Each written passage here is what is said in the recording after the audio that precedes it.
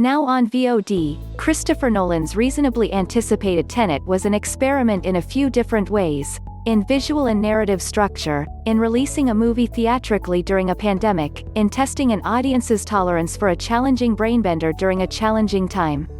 Results were mixed, as critics and audiences found much to admire and about as much to be confused about, and Warner Bros. Reportedly lost about $100 million due to significantly diminished box office returns. Notably, the release on big screens occurred at the filmmaker's insistence, and before WB decided all its 2021 releases would debut in theaters and on HBO Max simultaneously, a decision Nolan harshly criticized. Most of us will watch Tenet for the first time at home on our TVs, which probably isn't ideal. Maybe our experience will be diminished somewhat. Maybe it'll be too heady and confounding no matter how big the screen and sound system.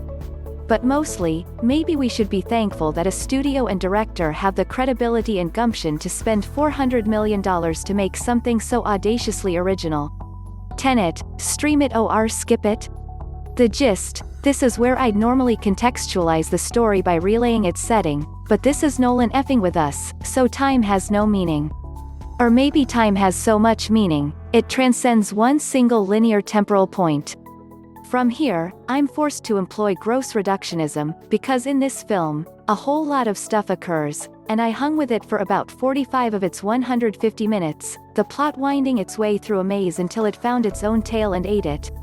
We can lean in and take notes on the reams of exposition and track this part and that part and see where they overlap and tangle. Or we can decontextualize the piece of the movie's dialogue that says, "Don't try to understand it. Feel it, and sit back.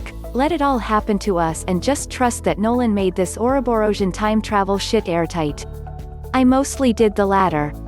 Anyway, we quickly learn that the story's protagonist, a man known only as Sigh, the protagonist John David Washington, is a Black Ops-type Bond, James Bond badass, except he doesn't seem to be as interested in girls.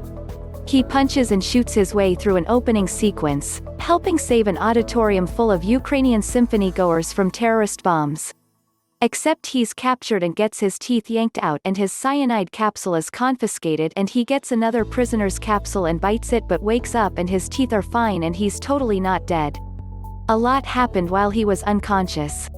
He's barely given a moment to gather his bearings before he's sent on a mission that involves an Indian arms dealer, Michael Caine speaking in riddles in a restaurant and bungee-jumping up a building with Robert Pattinson, which is something that, coincidentally, happens to be on my bucket list.